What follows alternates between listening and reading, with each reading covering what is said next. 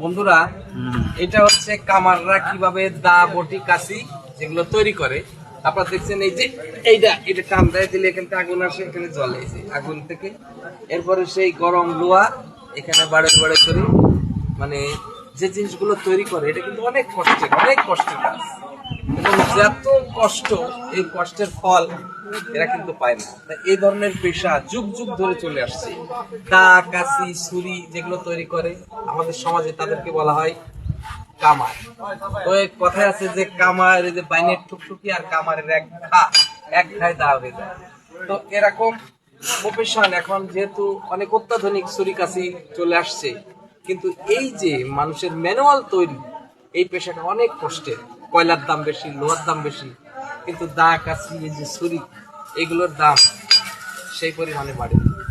এই সমস্ত কাজের সাথে যারা সংযুক্ত, সেই কুমার বাংলার যারা ঐতিহ্য, তাদের জন্য একটা স্যালুট যে তারা কত কষ্ট করে। আমি একটা ঘা দিয়ে বুঝে গেছি যে কত কষ্ট।